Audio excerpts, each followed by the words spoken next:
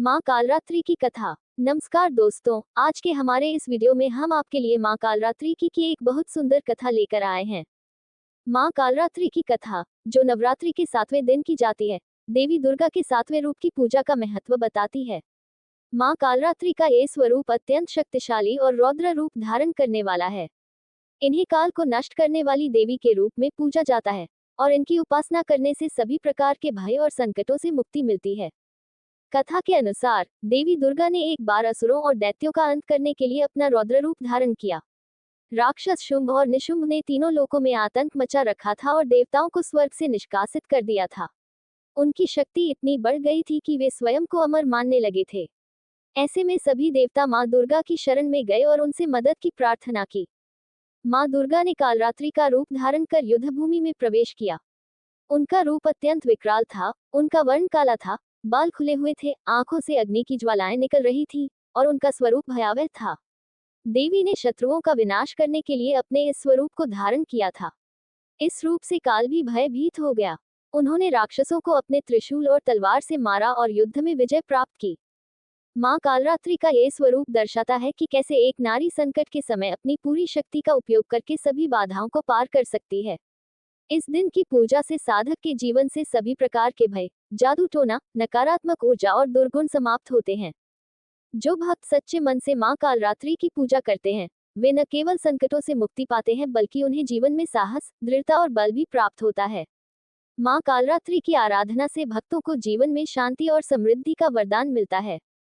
ये कथा केवल देवी के रौद्र रूप को ही नहीं दर्शाती, बल्कि इस बात को भी उजागर करती है कि कैसे माँ कालरात्रि ने संपूर्ण सृष्टि को राक्षसों और अधर्मियों से बचाया। इस विस्तार में हम न केवल माँ कालरात्रि के जन्म, स्वरूप और उनकी अद्वितीय शक्तियों का वर्णन करेंगे, बल्कि उनके विभिन्न युद्ध, विजय, उपदेश और पूजा विधि का भी गहन विवरण प्रस्तुत करेंगे। ये कथा असंख्य जीवन के पहेलियों और समस्याओं का समाधान भी करती है। ये वह समय था जब देवताओं और मनुष्यों में धर्म और न्याय का पालन हो रहा था।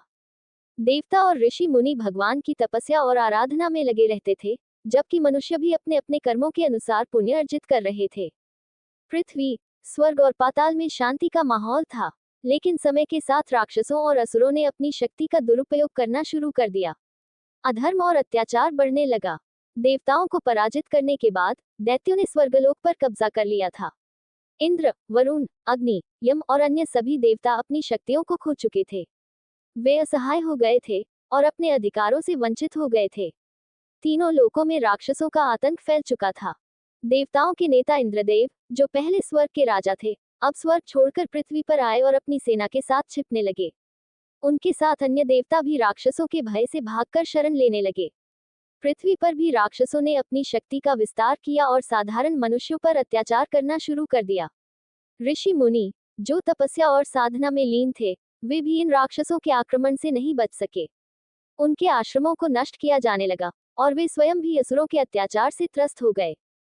इन राक्षसों के नेताओं में शुंभ और निशुंभ सबसे अधिक शक्तिशाली थे। वे भाइयों के रूप में जाने जाते थे और उनकी क्रूरता से सभी भयभीत थे। वे अपने बल और पराक्रम के मद में चूर हो गए थे। उनके पास एक विशाल सेना थी, जो उनके हर आदेश पर अमल करती थी। शुंभ और निशुंभ के अलावा एक और राक्षस था, जिसे रक्तबीज कहा जाता था। रक्तबीज की विशेषता यह थी कि उसे कोई भी मार नहीं सकता था। उसका रक्त जिस स्थान पर गिरता, उस स्थान से एक नया रक्तबीज उत्पन्न हो जाता। इस कारण वह अजेय हो गया था। जब स्थिति अत्यंत विकट हो गई, तब सभी देवता भगवान विष्णु और भगवान शिव की शरण में गए। उन्होंने उनसे प्रार्थना की कि वे इस संकट से मुक्ति दिलाएं। भगवान विष्णु और भगवान शिव ने उन्हें सुझाव दिया कि केवल माँ दुर्गा ही इस संकट का समाधान कर सकती हैं। माँ दुर्गा, जो सभी शक्तियों की स्रोत हैं, उनकी कृपा से ही इन राक्षसों का अंत हो सकता था। देवताओं ने एक साथ माँ दुर्गा का आह्वान किया। सभी ने मिलकर माँ से प्रार्थना की कि वे दैत्यों का अंत करें और तीनों लोकों को मुक्त कराएं। माँ दुर्गा ने देवताओं की पुकार सुनी और उन्हें आश्वासन दिया कि वे शीघ्र ही इन राक्षसों का संहार करेगी। माँ दुर्गा ने जब देखा कि राक्षसों का आतंक और अधर्म इतना बढ़ गया है, तो उन्होंने अपने भीतर की प्रचंड शक्ति को जागृत किया। माँ ने अपने अंदर से एक भयानक और शक्तिशाली रूप प्रकट किया, जिसे कालरात्रि कहा जाता है। माँ कालरात्रि का ये रूप अत्यंत विकराल था। उनका वर्ण अंधकार में काला था, उनके बाल बिखरे हुए थे और उनकी बड़ी सी लाल आंखें ज्वाला की तरह चमक रही थी। उनके श्वास से अग्नि की लपटें निकल रही थी और उनके हाथों में त्रिशूल, तलवार और अन्य शस्त्र थे। उनकी सवारी एक गधा था, जो उनके इस उग्र रूप के विपरीत उनकी विनम्रता का प्रतीक था। मां कालरात्रि का ये रूप इतना भयानक था कि स्वयं मृत्यु भी उनके सामने झुक गई थी। उनका नाम ही इस बात का प्रतीक था कि वे काल, मृत्यु का नाश करने वाली हैं। मां का ये रूप एक संदेश देता है कि वे समय और मृत्यु से भी ऊपर हैं और उनके सामने कोई भी शक्ति टिक नहीं सकती।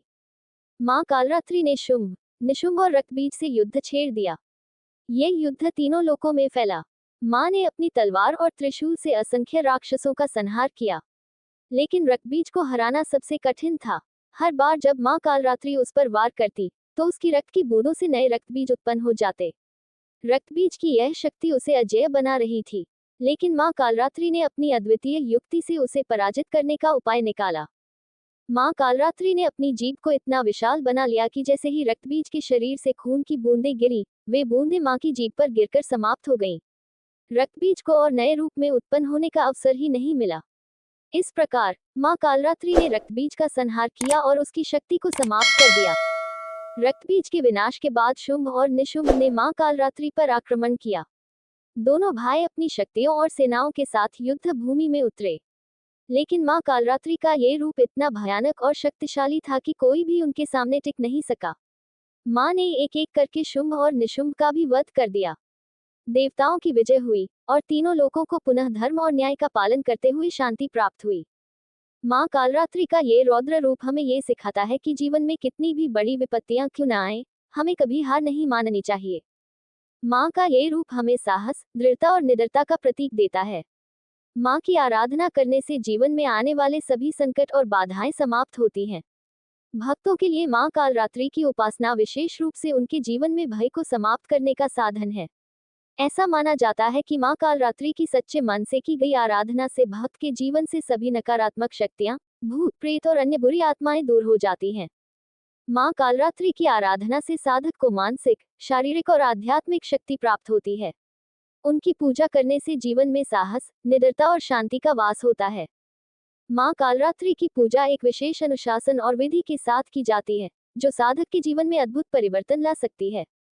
इस पूजा के दौरान साधक को न केवल बाह्य नियमों का पालन करना चाहिए, बल्कि आंतरिक शुद्धता और संकल्प की आवश्यकता होती है। मां कालरात्रि को लाल फूल और गुड़ अर्पित करने का महत्व इसलिए है क्योंकि ये दोनों वस्तुएं मां के प्रति पूर्ण समर्पण और शक्ति का प्रतीक हैं। लाल रंग ऊर्जा और साहस का प्रतिनिधित्व करता है, जबकि गुड़ का मीठा स्वाद मां के प्रति भक्त के सच्चे प्रेम और आभार को दर्शाता है। जल अर्पण करते समय ये ध्यान रखना चाहिए कि यह जल मां के चरणों को शुद्ध करने के लिए है और यह भक्त की आस्था का प्रतीक होता है। पूजा रात्रि के समय करने का विधान इसलिए है क्योंकि मां कालरात्रि का ये रूप रात्रि के अंधकार और बुराई का अंत करने वाला है।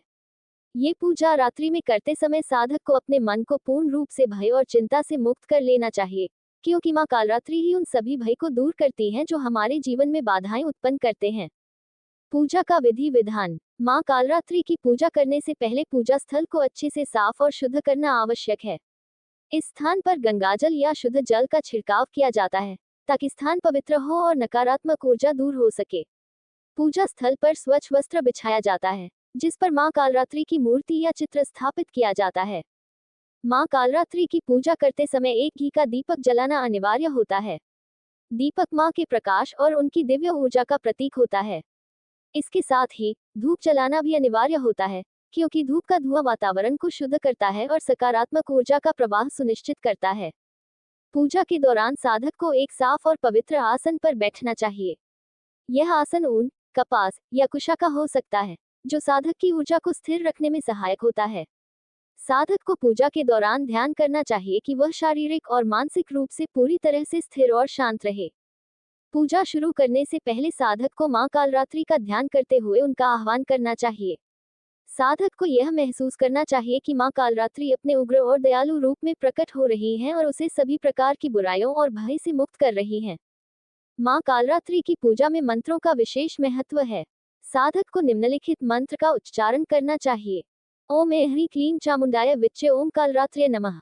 इस मंत्र का 108 बार जाप करने से साधक के चारों ओर एक दिव्य सुरक्षा कवच बनता है, जो उसे सभी बुरी शक्तियों से बचाता है। इस मंत्र का जाप अत्यंत श्रद्धा और विश्वास के साथ करना चाहिए, ताकि मां की कृपा प्राप्त हो सके। मंत्रोच्चारण के बाद माँ को लाल फूल, गुड़ और अन्य नैवेद्य अर्पित करें। माँ को विशेष रूप से लाल रंग के फूल प्रिय हैं, क्योंकि यह उनकी शक्ति और ऊर्जा का प्रतीक है। गुड़ और अन्य मिठाइयाँ माँ को अर्पण करने से माँ प्रसन्न होती हैं और साधक को जीवन में सुख समृद्धि का आशीर्वाद देती हैं। पूजा के बाद साधक को माँ कालरात्रि के चरणों से सिंदूर या कुमकुम लेकर अपने माथे पर तिलक लगाना चाहिए। ये तिलक साधक के जीवन में विजय और साहस का प्रतीक होता है। इसके बाद अर्पित किया गया प्रसाद सभी भक्तों में वितरित किया जाता है, ताकि माँ का आशीर्वाद सभी तक पहुँचे। माँ कालरात्रि की पूजा करने का एक और महत्वपूर्ण पहलू उनकी कथा का स्मरण और पाठ करना होता है।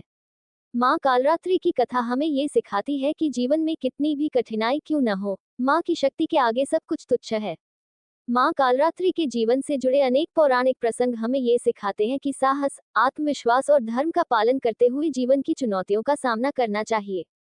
माँ कालरात्रि ने जिस प्रकार से रक्तबीज, शुंभ निशुंभ जैसे राक्षसों का अंत किया, वह इस बात का प्रतीक है कि चाहे कोई भी बुराई कितनी भी शक्तिशाली क्यों न हो, सत्य और धर्म के आगे वह टिक नहीं सकती।